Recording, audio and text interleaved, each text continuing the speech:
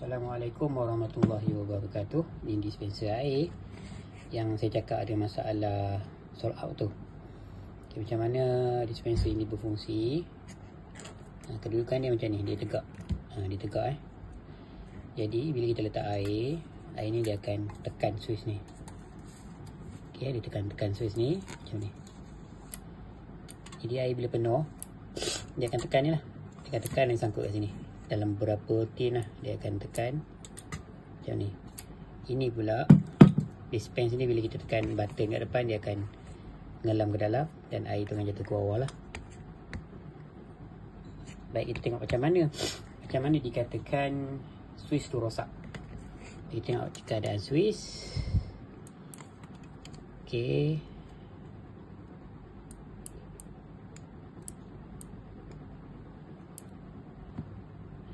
apabila air ada bila air ada, air ni akan tekan kat sini. Jadi switch tu tak akan ditekan. Switch kat bahagian dalam ni, yang hitam ni kan, dia tak menekan lah. Bila dia tak tekan, bermaksud dalam mesin ada air.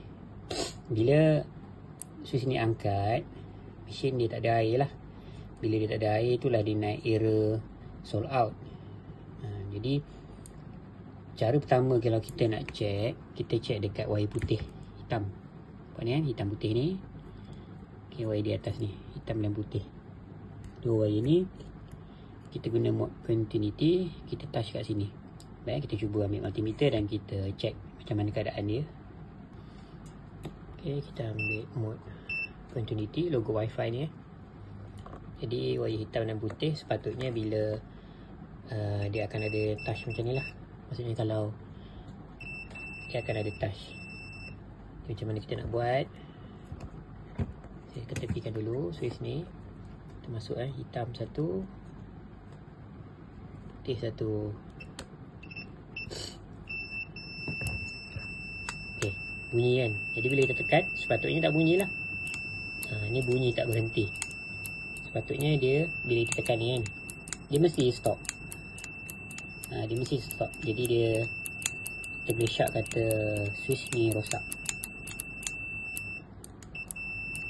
Dia main kadang tak main. Okay, ni switch baru yang kita order baru sampai.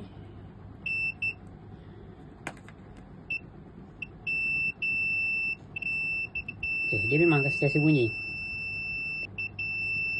Kita tekan button, dia akan stop. Okay, dan stop